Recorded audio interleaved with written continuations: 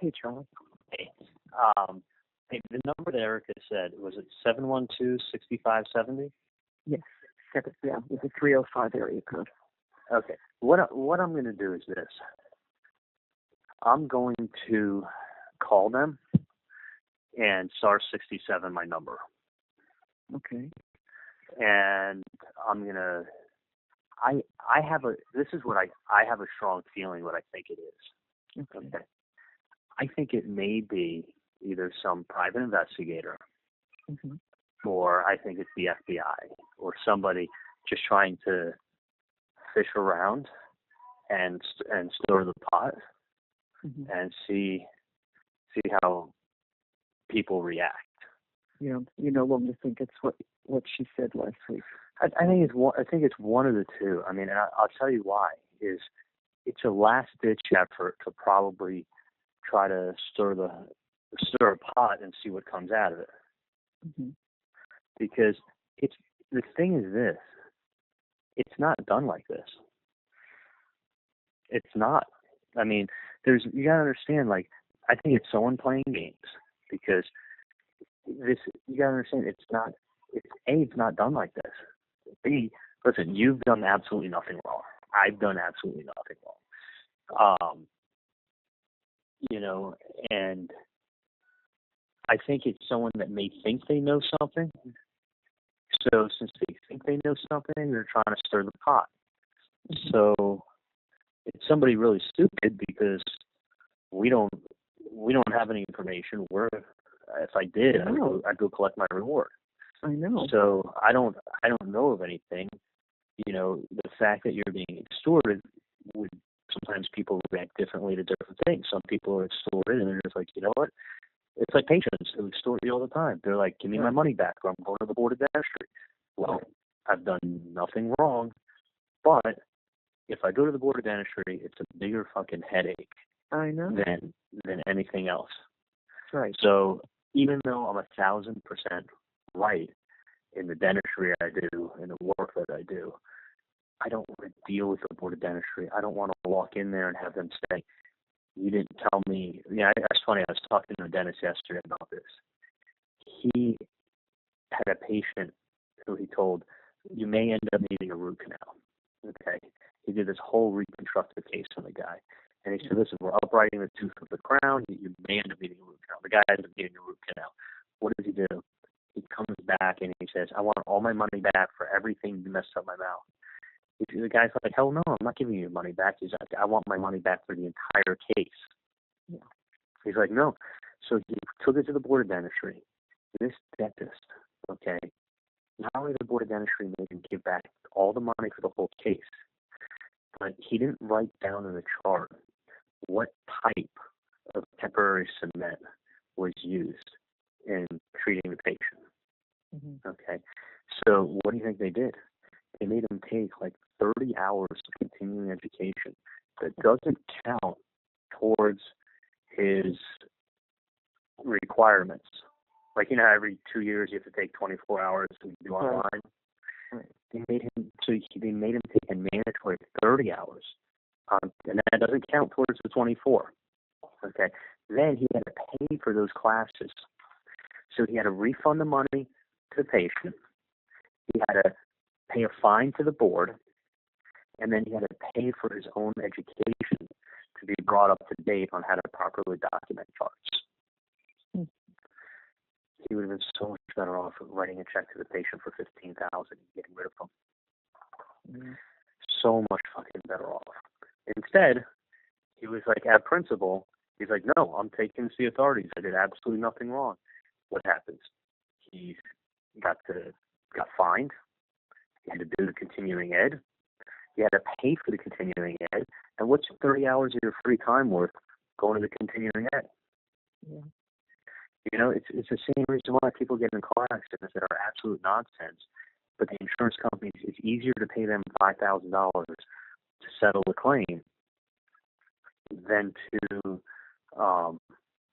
pay $5,000 to settle the claim than to go pay $18,000 to the attorneys to work up the case and go to trial And when you go to trial, you may win, you may lose, but they still spend $18,000.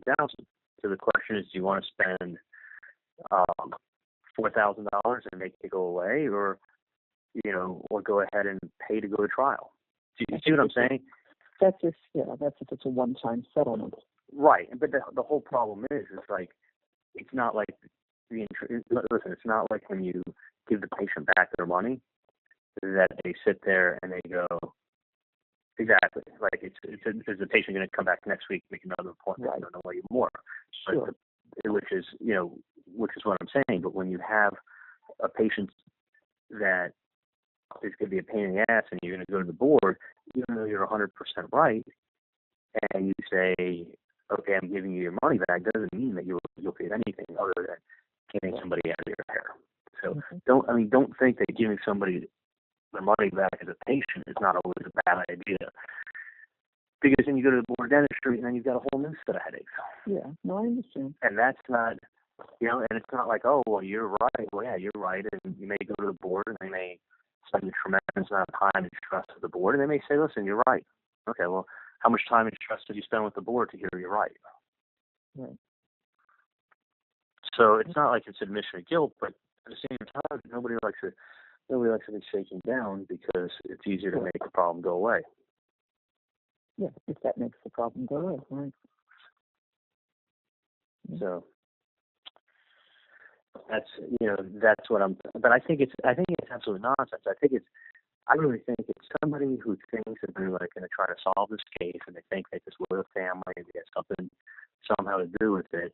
So they're going to go ahead and be like, and make some demand and see how we'll react, or be like, oh, we made a demand and they didn't react. It's just very odd, because we've had nothing to do with this. I mean, I don't know who the hell this guy is. I assume you guys have no idea who the hell this is. Mm-hmm. And you pick up a newspaper and you see a last name, and it's in the old days you have the there's no way of looking anything up unless you work for the CIA. Mm-hmm. Nowadays, the homeless guy with his cell phone can go on the World Wide Web, push a name in, and 3 seconds has addresses, locations, and then for $19 you can find anybody. Right. So, that the thing is like, my house is not listed. Right. So if you went that search route, you wouldn't find it. But that's like, But mine is. Yours is, but what's even odder is that they're not bugging Wendi. Mm-hmm. Because that would be the first person I'd go to. Mm-hmm. I mean, and that's the weird thing, that they're not bugging her.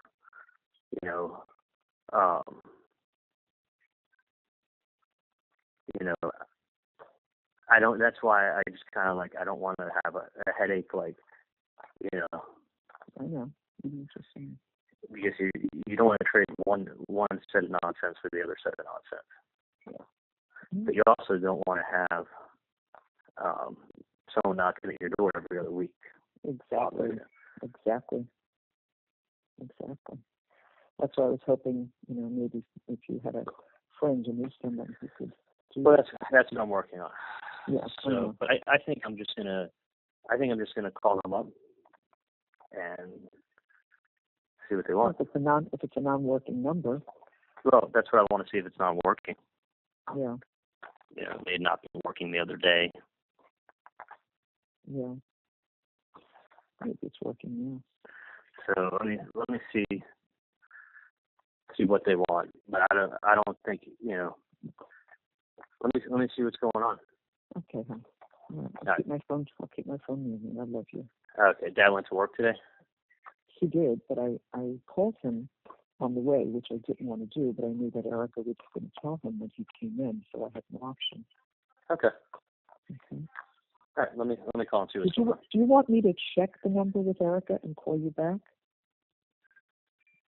No, This is right. Check with her, and then just call me back in a minute. I'll just text you back. No, just call me back. Call you back. Okay. Call me right now. Okay, bye.